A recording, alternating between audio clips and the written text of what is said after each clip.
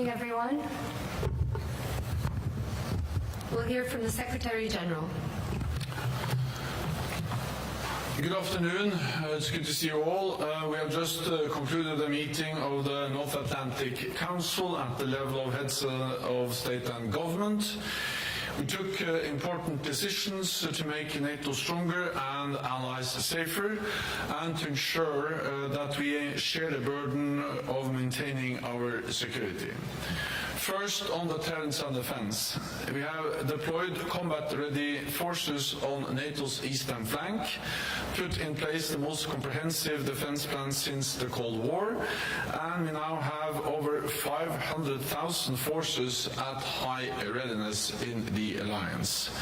Today, we decided to adapt NATO's command structure, improve our integrated air and missile defense systems, and to go further to match our defense plans with the necessary capabilities.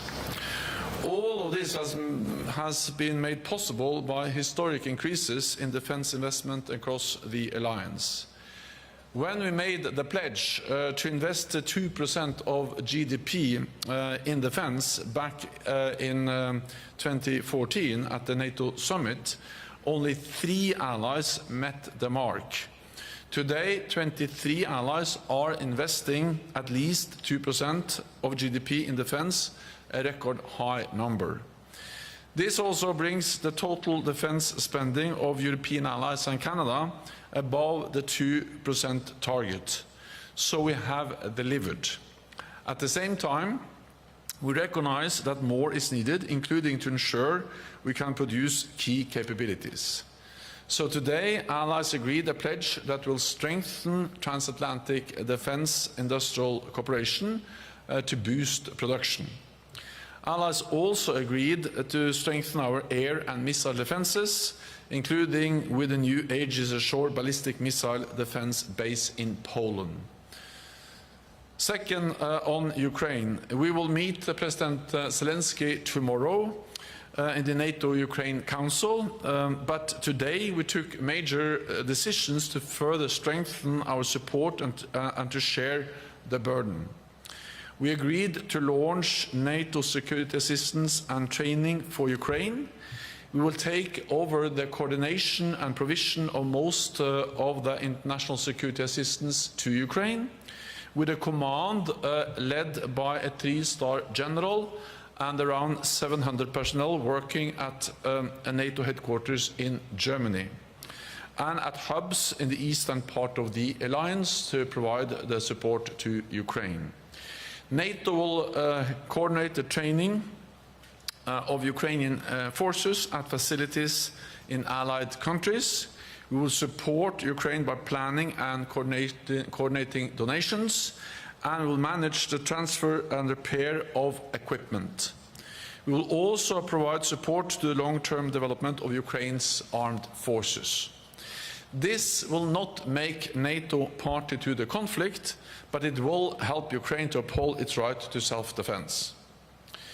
We also agreed a financial pledge, helping Ukraine to build a force capable of defeating Russian aggression today and deterring it tomorrow.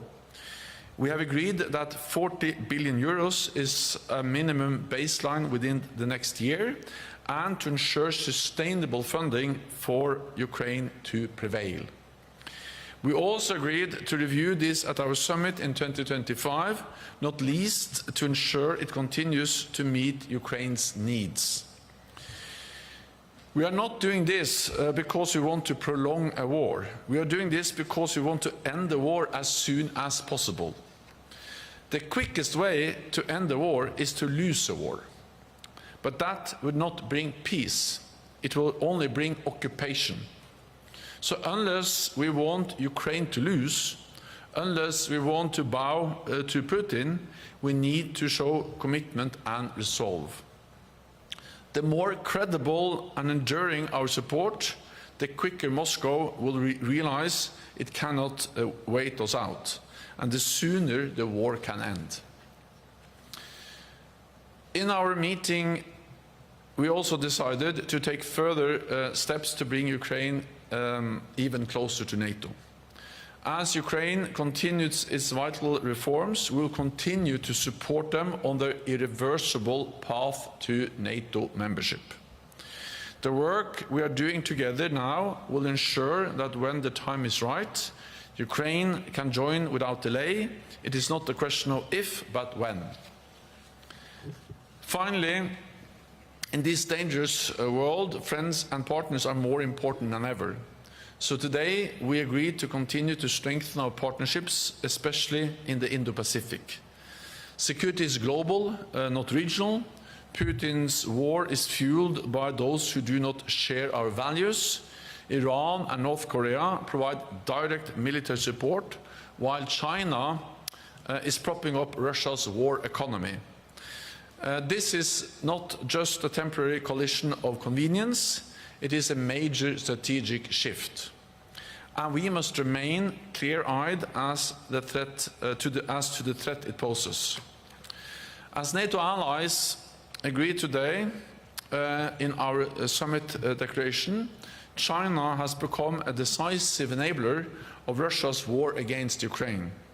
And China's support increases the threat Russia poses to Euro-Atlantic security. Allies have stated clearly that China cannot enable the largest conflict in Europe in recent history without this negatively impacting their interest and reputation. Tomorrow, NATO allies will meet with our 4 Indo-Pacific partners and the European Union, and we will continue to deepen our cooperation in addressing shared challenges. And with that, I'm ready to take your questions. Okay, we'll give the first question to Fats over there. Thanks a lot, Thomas Kutschka, Frankfurter Allgemeine Zeitung. Secretary General, you have just referred to this sentence in the declaration, which reads, the People's Republic of China cannot enable the largest war in Europe in recent history without this negatively impacting its interest and reputation. So my question to you, which specific measures do you deem appropriate to bring this message across to Beijing? And in your view, would sector-specific sanctions be justified instead of what the EU is doing now, just putting restrictions on a small number of companies doing trade between the EU and Russia? Thank you. So first of all, I think it's important to recognize the importance of that 32 allies state this so clearly. That 32 allies states very clearly that China is a decisive enabler of Russia's illegal war against Ukraine. We represent 50% of the world economy together, and it's first time that all NATO allies states this so clearly in an agreed document. Second, of course, it puts the focus on China as an important enabler of Russia's war. China provides dual-use equipment, microelectronics, a lot of other tools which are enabling Russia to build the missiles, to build the bombs, to build the aircraft, to build the weapons they are using to attack Ukraine. And the fact that this is now clearly stated, agreed by all NATO allies is an important message to China. And then, of course, we also then state that it cannot continue like this without this impacting the interests and the reputation of China. Of course, at the end of the day, this will be for individual allies to make decisions, but I think the message sent from NATO from this summit is very strong and very clear, and we are clearly defining China's responsibility when it comes to enabling Russia's war aggression against Ukraine. Okay, thank you. I'll go to NBC.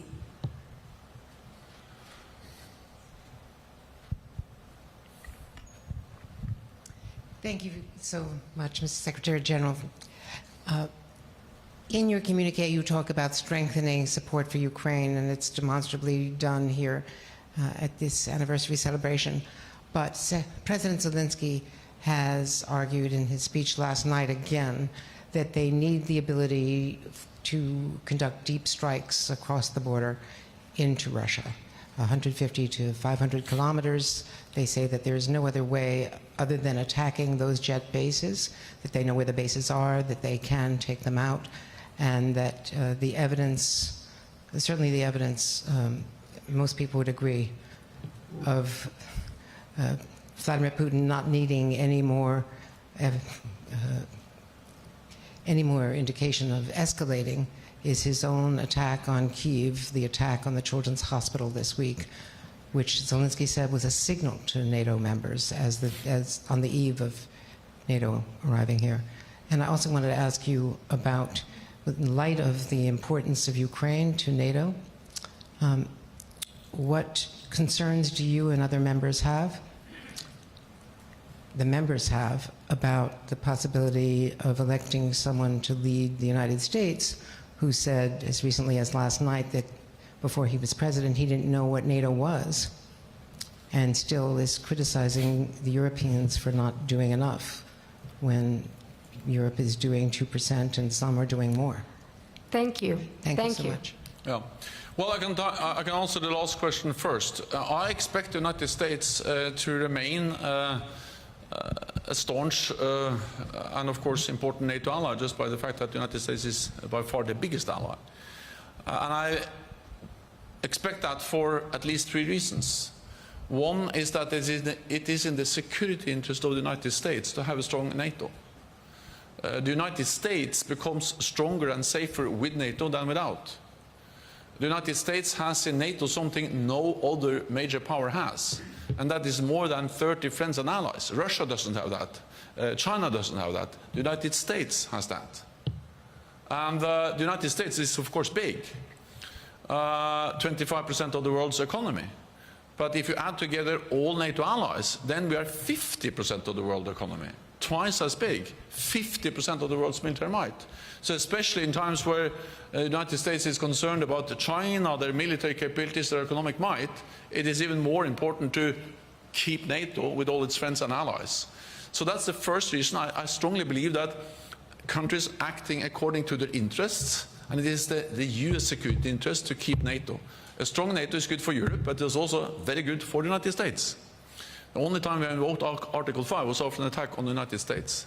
The second reason why I expect that the United States will remain a loyal ally is that there is broad bipartisan support to NATO. There have just been new opinion polls published, and they reiterate or showed once again that there is strong support across the United States for NATO. And I visited the Senate this morning, and I met with a lot of senators, but also yesterday I met with representatives in the House of Representatives, bipartisan. I met with Speaker Mike Johnson. I met with a broad group of senators this morning from both parties, and they all repeat the same, that NATO is important for the United States. So also in the Congress, in the Senate and the House of Representatives, there is strong bipartisan support for NATO. That's the second reason why I expect the United States to remain a loyal ally. But the third reason is that the main criticism from former President Trump, but also from other US presidents, has not primarily been against NATO.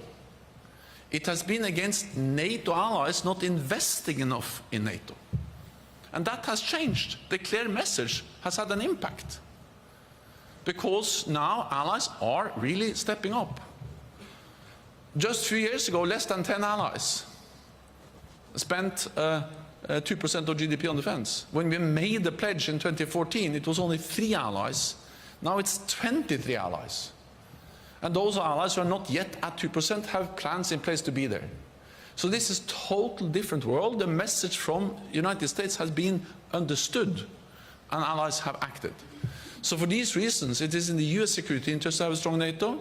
There is strong bipartisan support for NATO in the United States, and European allies and Canada have actually addressed the main criticism from the United States. the lack of burden sharing has been addressed, and allies will continue to address it. So that's the first, or the last question. There is one more, and that is about strikes against legitimate military targets on the territory of Russia. We need to remember what this is. This is a war of aggression. Russia has attacked a neighbor, violated their territorial integrity, invaded Ukraine with troops, missile tanks, airstrikes. Ukraine, that's a violation of international law. According to international law, Ukraine has the right for self-defense. We are helping them to uphold the right of self-defense by delivering weapons, ammunition, missiles, some also with long range, including cruise missiles, ATACMS. The right of self-defense includes the right to strike legitimate military targets on the territory of the aggressor, Russia. And allies have imposed different kinds of restrictions. Some have no restrictions at all, but the reality is that allies have provided Ukraine with the weapons and also enabled Ukraine to also strike targets on the territory of Russia. The restrictions varies, but there are allies who have opened up for that. And I think the United States should speak on behalf of the United States, but I think it's well known that there have been some also reduced restrictions. They have lifted some of the restrictions because we have now the new offensive in Kharkiv, where the front line and the borderline between Russia and Ukraine is almost the same. Of course, until now, most of the fighting took place on Ukrainian territory. So then to hit beyond the front line was to actually hit Ukrainian territory. But now, when you have the new front in Kharkiv, the only way to hit actually artillery or airfields which are conducting almost daily attacks against Ukrainian territory is to actually hit them at the territory of Russia, and allies have made that possible. Thank you. I'll go to Voice of America. Carla, over there. Thank you, Mr. Secretary General. Carla Babb, Voice of America. First, to follow up on my colleague, you had said that the communique's wording on China is an important message for China to hear, but is it a strong enough message to deter China from continuing to support Russia? And then on the INSATU that you've been announcing, can you tell us who will be the three-star general in charge of the NATO security assistance and training for Ukraine, and when will that mission in Wiesbaden, Germany begin? Thank you. The declaration we have agreed today is the strongest message NATO allies have ever sent on China's contributions to Russia's illegal war against Ukraine. So that in itself is a strong message. And we describe it and we also make it clear that this will impact China's interests. So this is a strong and very clear message from NATO allies. General Cavoli, who is the US commander in Europe, but also the NATO Supreme Commander, Sakur, he is dual-hatted. He has been responsible for the US-led also command that has enabled the provision of training to Ukraine up till now. So this is very much that NATO will take over those responsibilities and step up and do more, compared to what we did before as NATO. So this will be something that will happen almost seamlessly. I know that General Cavoli has planned this for a long time. He was actually the general, the commander that actually gave us the plan to set up this command. I'm not able to tell you exactly now when, but this will happen soon, and we are very well prepared to take over responsibility for the activities in Wiesbaden and also at the hubs. I'm also careful naming a special, so there will be a three-star general, and also that is in process. Okay, thank you. I'll go to Jordan News Agency.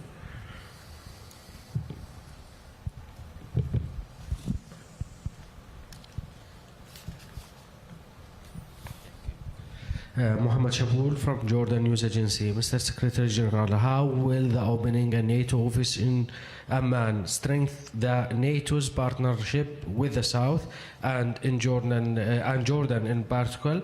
And how will it help to face the growing challenges in the South, both the abilities of the partner in the South? Thank you. First of all, I welcome very much that all allies now have agreed that we will have a NATO liaison office in Amman, and this marks a significant milestone in the strategic partnership between Jordan and NATO. This is an issue that I also discussed last time King Abdullah visited NATO. We had a good meeting there, and of course Jordan is a long-standing, highly valued NATO partner, and by establishing the NATO liaison office, we are bringing this partnership to a new level. It also demonstrates that NATO actually addresses the threats and the challenges, but also the opportunities that emanates from the Middle East, from North Africa. Of course, we see terrorist threats, we see instability, but we also see opportunities working more closely with our partners, including Jordan, but we also have partners like Tunisia, we have Mauritania, we have something called the Mediterranean Dialogue, we have the Gulf countries, and of course we also have Iraq, where NATO has a training and the capacity building mission, and we are now stepping up what we also do with other partners in North Africa and the Middle East. To address many challenges, we see more Russian and Chinese presence, we also see a constant threat of terrorism, and I just received, or I appointed a group of experts some months ago to put forward proposals on how NATO can address these challenges in a more systematic way, and we have received the report, and allies have agreed to many of the recommendations, and we now have the liaison office in Amman. Okay, Andrea Bloomberg. Secretary General, I want to come back to China.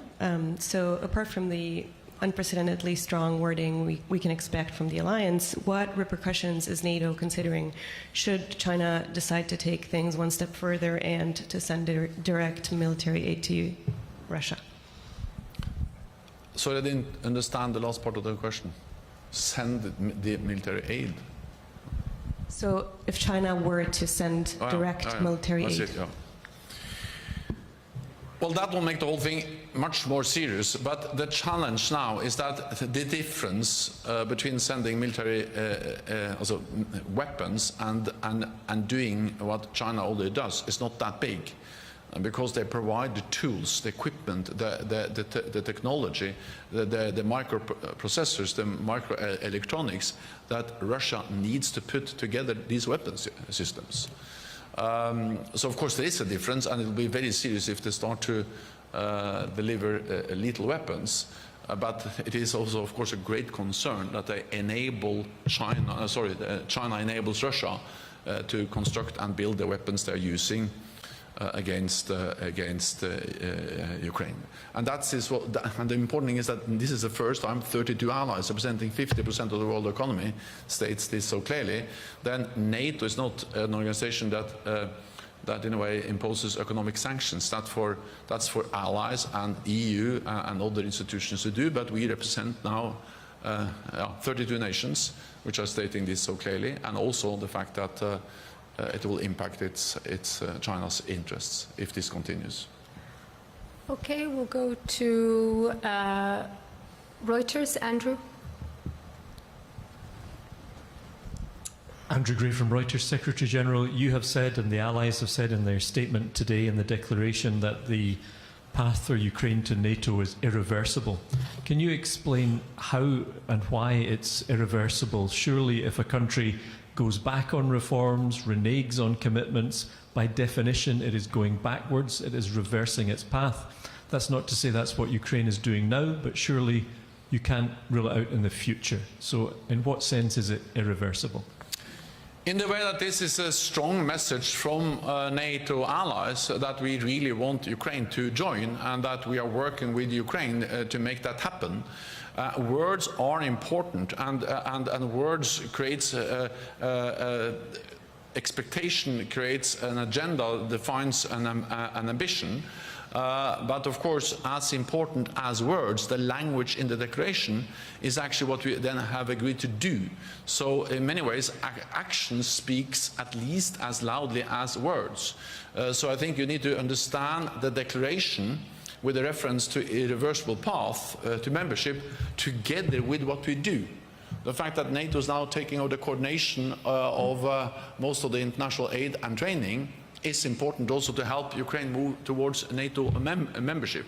The fact that we have a long-term commitment moves them closer to NATO membership. Everything we do on interoperability, ensuring that Ukrainian armed forces meet the NATO standards, the NATO doctrines, also help them to move closer to membership. We are agreed to establish a new joint analysis and training center in Poland that will help us to move closer. And of course, the fact that allies are, for instance, delivering F-16s and many other types of weapons, that doesn't only mean that we're delivering F-16s, but that comes with a lot of training where we will then share our doctrines, our thinking, and that will also help them to build a future air force, which will then be absolutely interoperable with NATO. So the full package we have with Ukraine, with the NATO command, the long-term pledge, the delivery of new, more weapons, including more F-16s, the bilateral security agreements, and the package on interoperability, all of that constitutes, as we call it, a bridge to membership. These are concrete actions that will bring Ukraine closer to membership and demonstrate that this will be a reversible path. Okay, we'll take one final question. We'll give it to the BBC. Over there. Thank you, Secretary General. You said in your initial remarks that you are not concerned about U.S. commitment to NATO in the future, even if there was a change in administration. But NATO, of course, is made up of, as you mentioned, 32 countries. I'm wondering how much those domestic U.S. considerations came up in discussions today, given it's quite inescapable looking at just the U.S. media landscape, the fact that, you know, one candidate is very enthused about NATO and one is publicly much less enthused. What kind of concern are you getting from member states about this issue, even if you yourself say you're confident?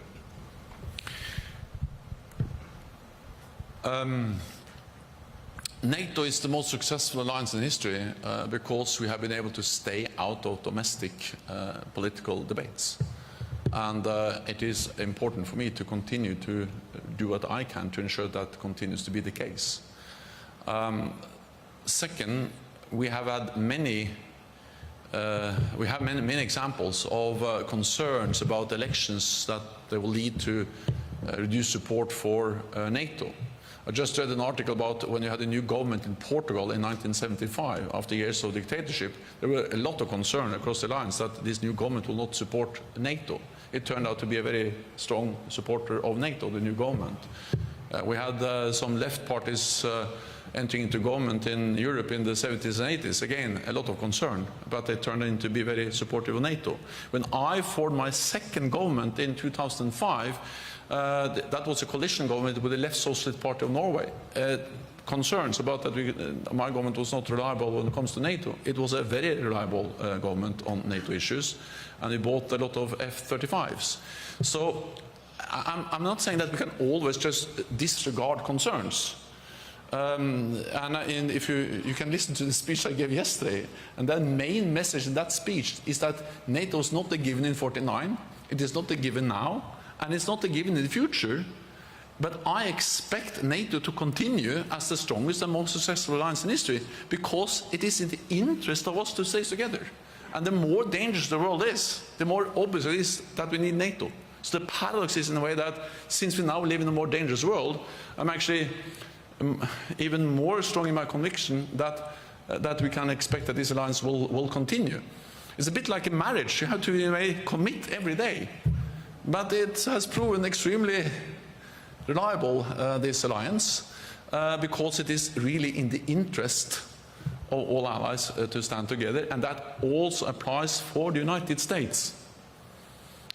because the United States is stronger and safer with NATO.